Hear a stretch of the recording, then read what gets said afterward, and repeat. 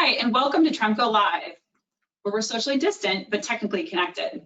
We're excited, as we always are, every Friday to join you at 3 p.m. Eastern so we can talk through design challenges and this month talk about case studies related to sports venues. I am Marcy Tyler, the Director of Building Science for Tremco, and I'm always very excited to be joined by my co-host. I'm Paul Hugenboom. I'm the president of the Tremco Construction Products Group, a fine collection, brands, companies, systems products all over the world, Marcy. All over the world, absolutely. So welcome to all of you guys attending our broadcast today. Some of you I may have talked to this morning at 7 a.m. Some of our colleagues from around the world. We had a nice little powwow this morning talking about testing. So 7 a.m.? 7 a.m. They were calling from all over, so I'm not sure. Yeah, so for some of them it was Singapore, it's the end of their day. Exactly. Yeah. So they may be sleeping. Maybe they'll be watching in the future. So we're excited, as always, to join you guys in this setting. Today, specifically talking about sports venues.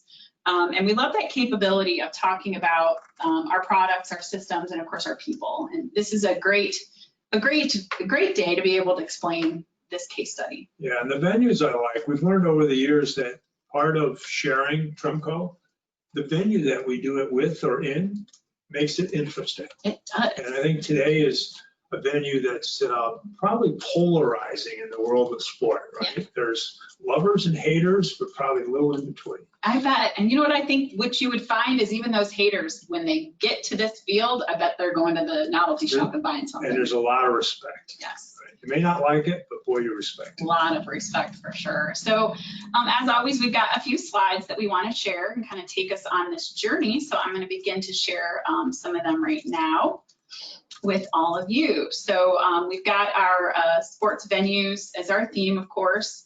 And what's really interesting as we start to go through these, last week, Paul, we talked about a high school stadium, Paul Brown Tiger Stadium.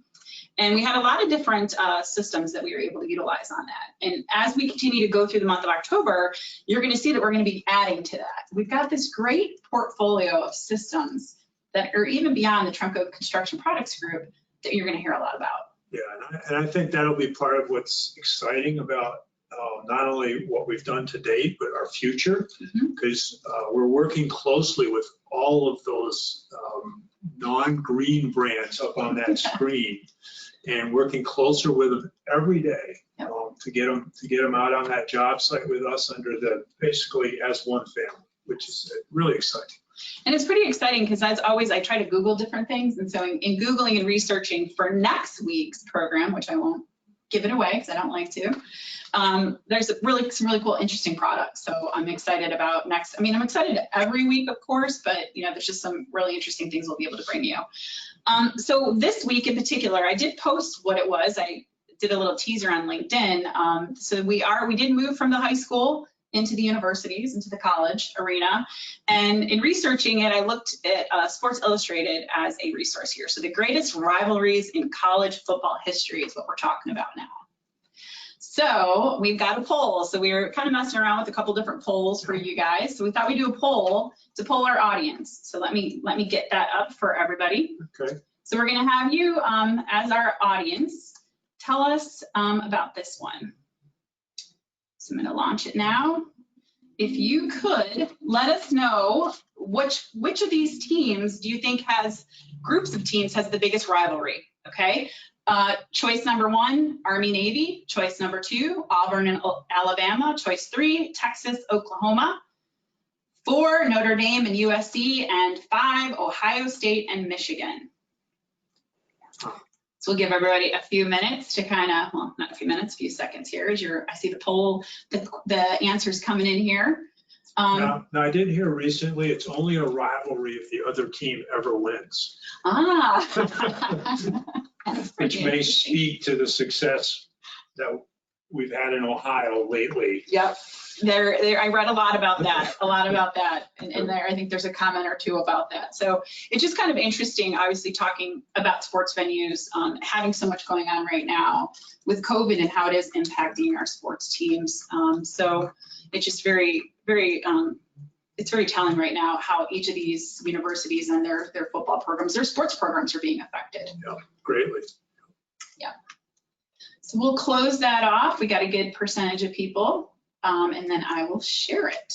So what we've got right now, if you guys can see that, what was that? Certain percentage, it's really small for me to see. 21% Army Navy, 7% chose Auburn, Alabama, 7% chose Texas, Oklahoma, 7% chose Notre Dame USC, and the winner here, we have the biggest percentage for Ohio State and Michigan. What do you think? And this is Sports Illustrated, August 12th, 2019 data. What did they say? Yes. Well, I'm going to guess it might have been Notre Dame and USC. Okay.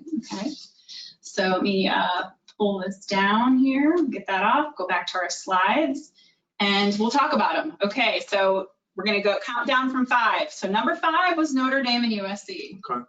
Only a world war could stop this rivalry. This is the information from Sports Illustrated, and it did. In 1943 to 45, during World War II, they did not play.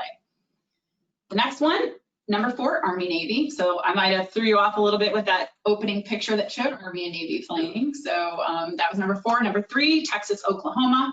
Number 2, Ohio State and Michigan. And I think that goes with your comment. The Buckeyes have won 14 of the last 15 times they've gotten together. And number 1, according to Sports Illustrated, was Alabama and Auburn. So just kind of interesting for us to kind of round out our information here. All of these have incredible histories. Yeah.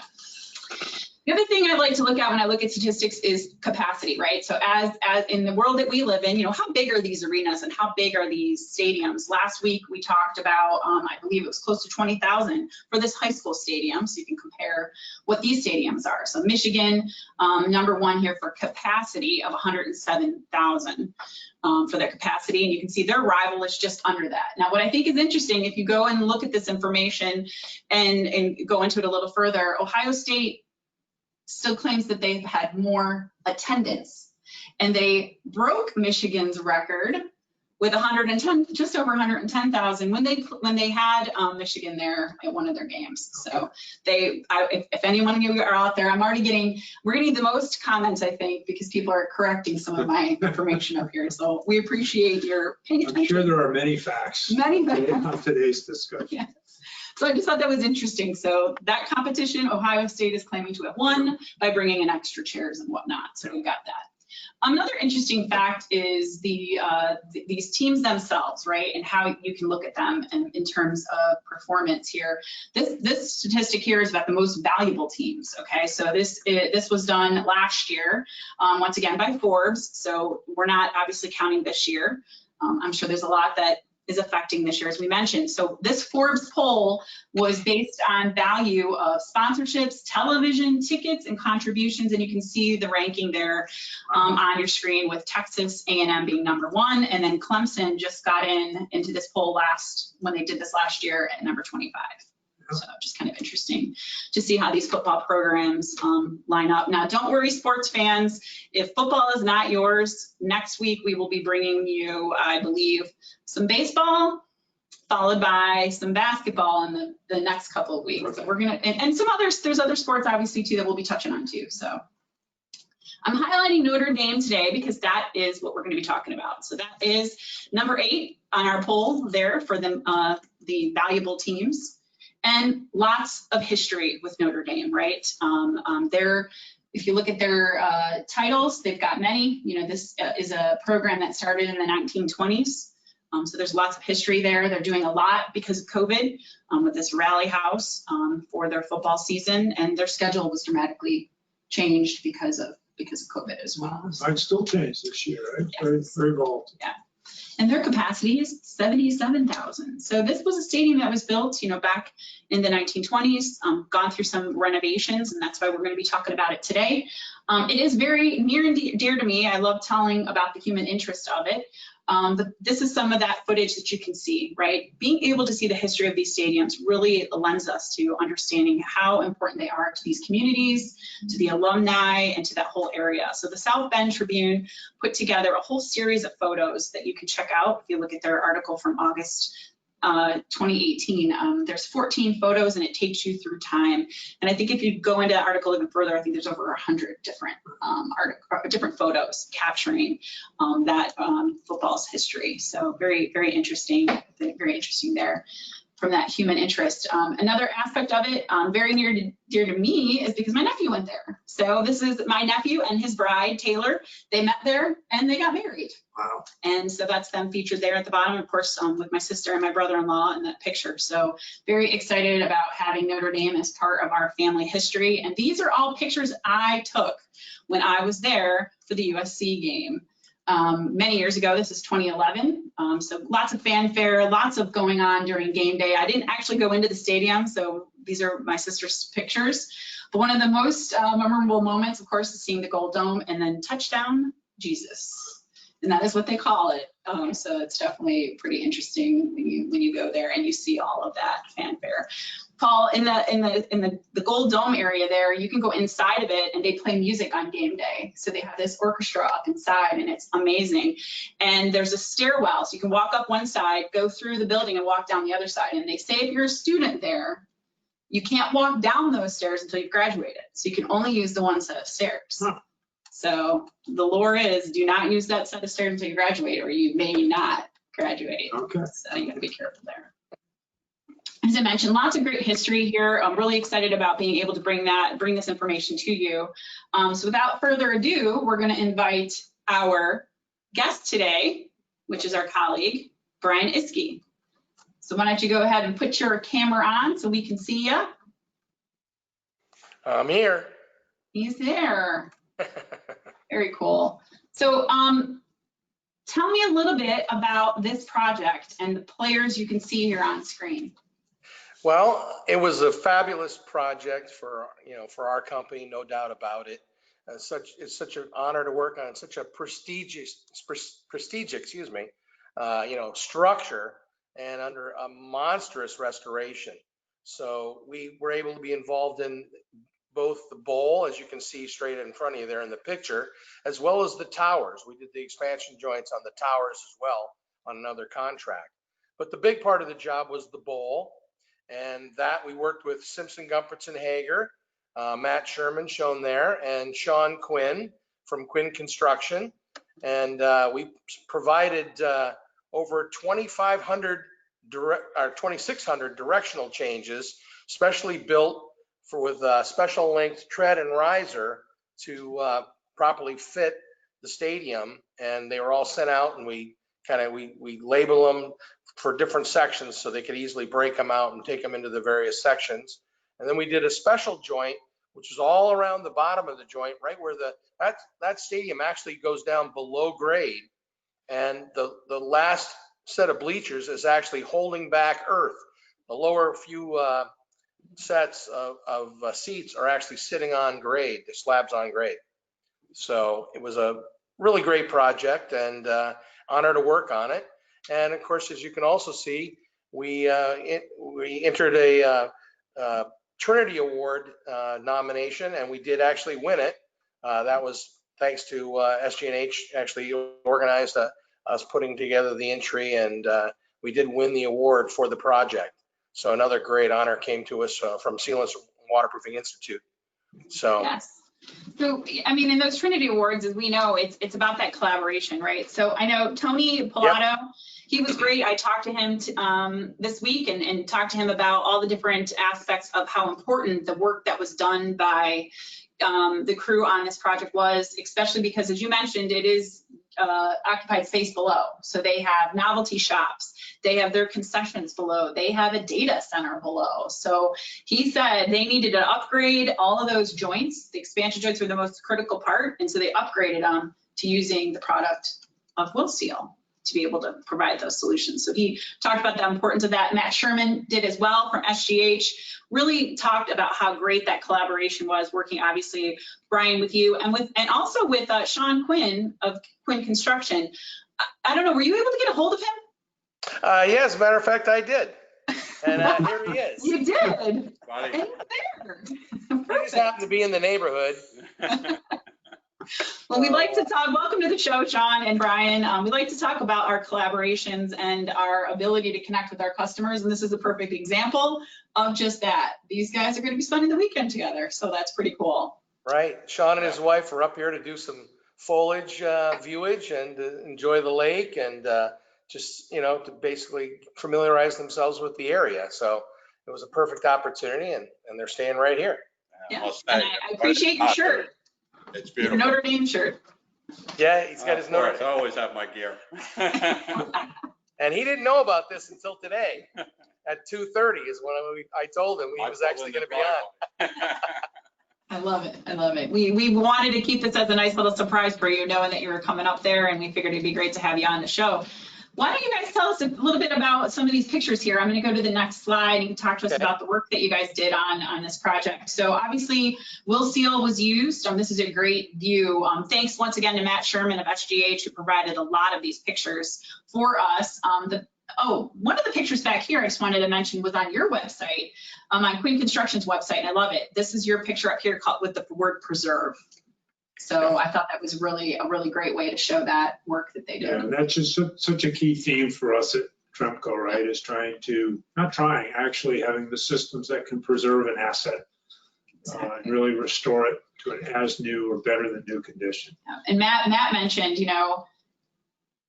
being in construction, we love all of our buildings. He goes, but people generally don't come to the parking garage to check it out. They're coming to the football stadium to check it out. So he knew how important all of the work was, but of course, what that meant to the community and the alumni. And then this, of course, is a picture from Will Seal's website about that beloved college football shrine. So I think we've got a few more pictures here where you guys could tell us a little bit about what's going on in these pictures. Okay, well, you've got two different types of joints being utilized here, but on the right side and in the center actually is a really good shot of how we were going up and down those various risers.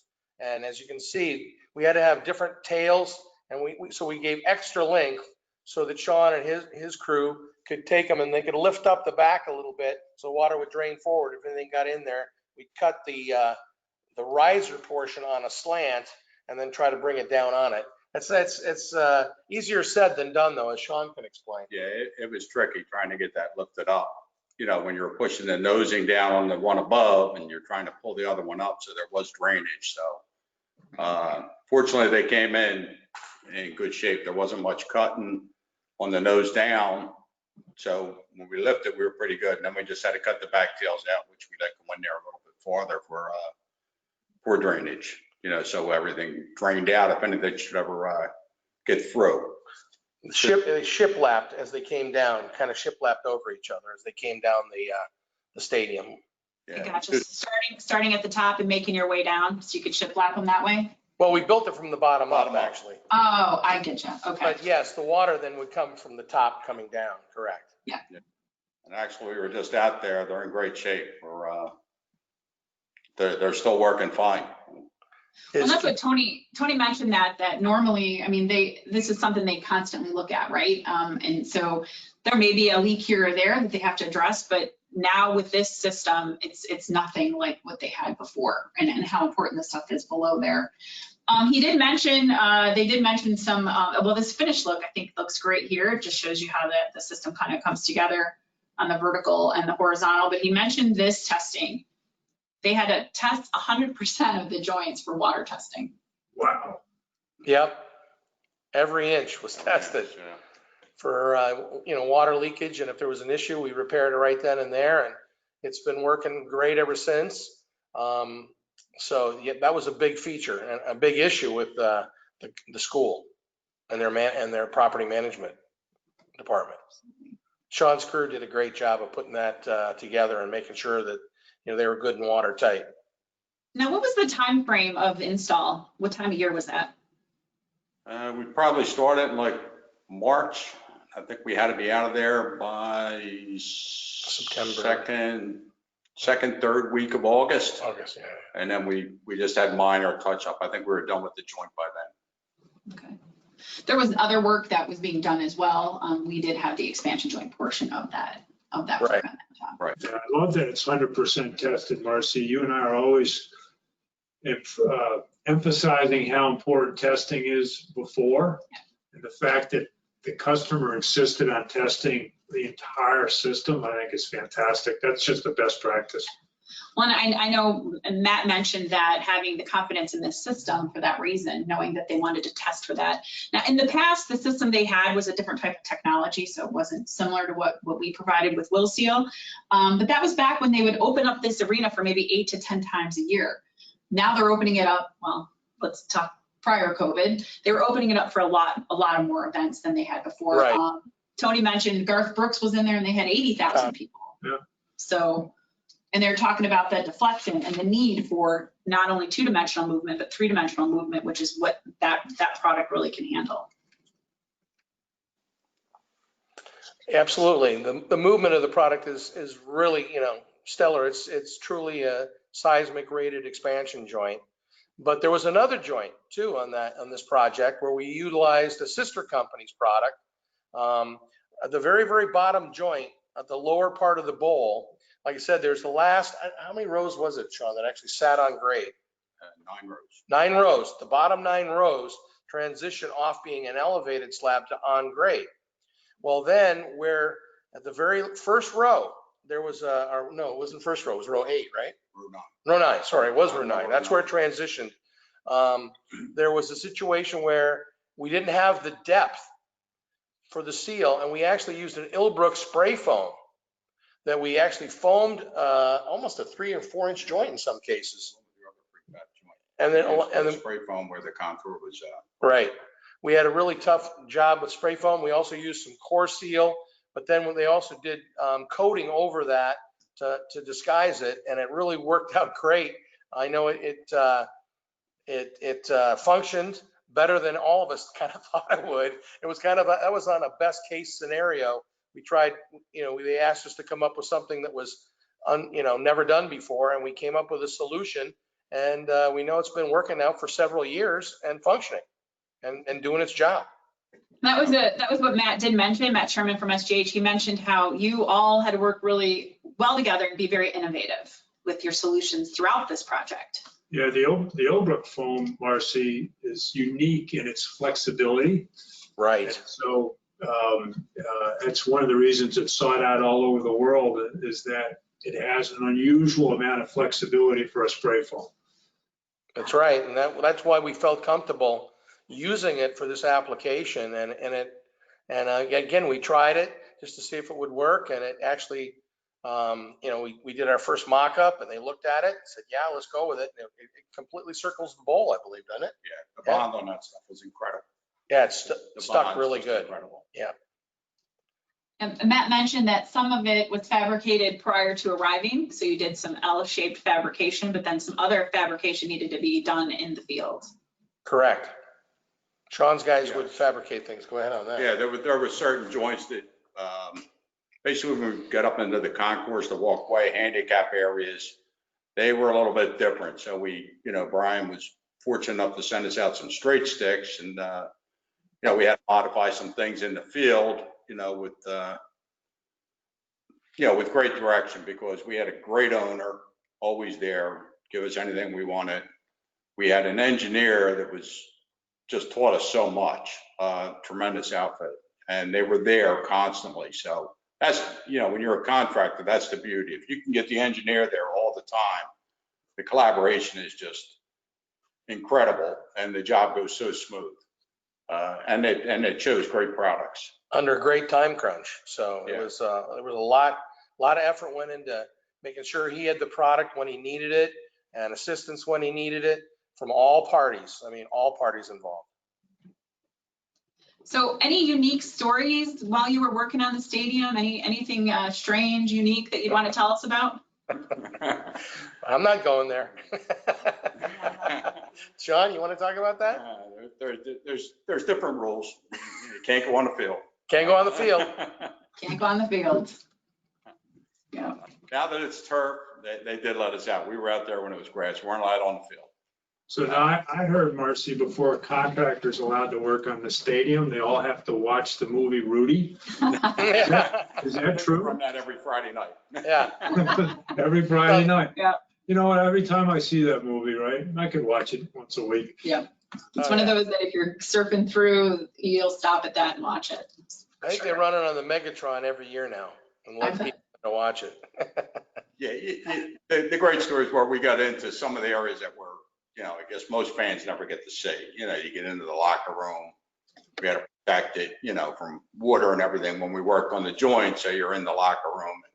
Yeah. It was pretty neat feeling, seeing some of the behind the scene things. Got to tap the play like a champion sign. Got up in where they hold the press conference,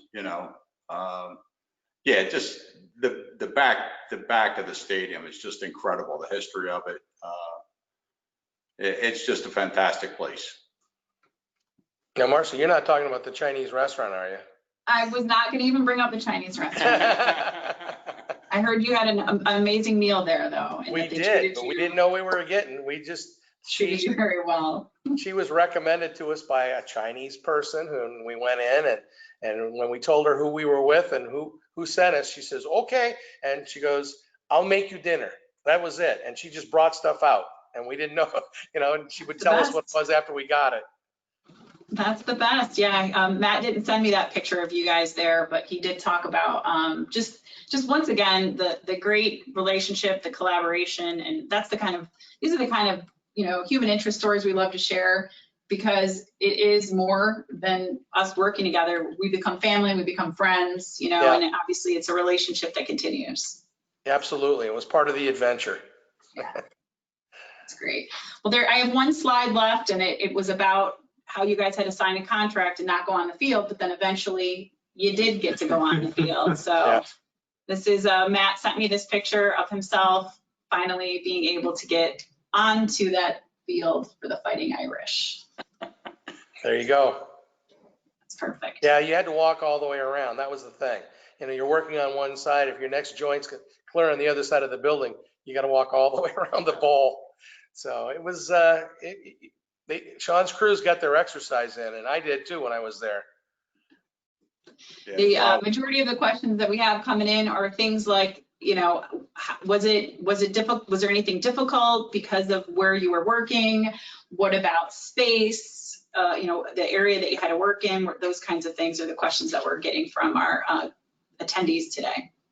The staging was very difficult because they had a massive, other restoration projects going on. Right. The towers, the two towers, three towers. The additions and everything else was part of their huge expansion. Some of our difficulties was definitely staging and then keeping track of our material, because there was probably 30 other contractors there, and they'd bury you. You'd miss a shipment, somebody else would get it, and then they put it behind a bunch of stone, and you'd find it a week later. Everything went into a central warehousing point, and they brought it up. You weren't allowed to ship to the stadium. It was shipped to an offsite warehouse, and then everything was brought over by Notre Dame, and then, you had to find it. Right. Well, I bet that's the thing you have to consider, I guess, when we're working on these historic landmarks, right? Different set of rules. Somebody asked the question of, when you were there, could you almost hear the crowd even though it was empty? Yeah, being a big fan, I could hear it. You felt it, and then near the end they had the new screen going, so they were always testing it. So it was kind of like working during the game. Yeah. On days. So that was pretty neat. I have to admit, I had to walk up one side of the stadium all the way to the very top to get the best picture I could of Touchdown Jesus. So that was on my bucket list to do that while I was there. I recommend everyone Google Touchdown Jesus, find pictures. Yep.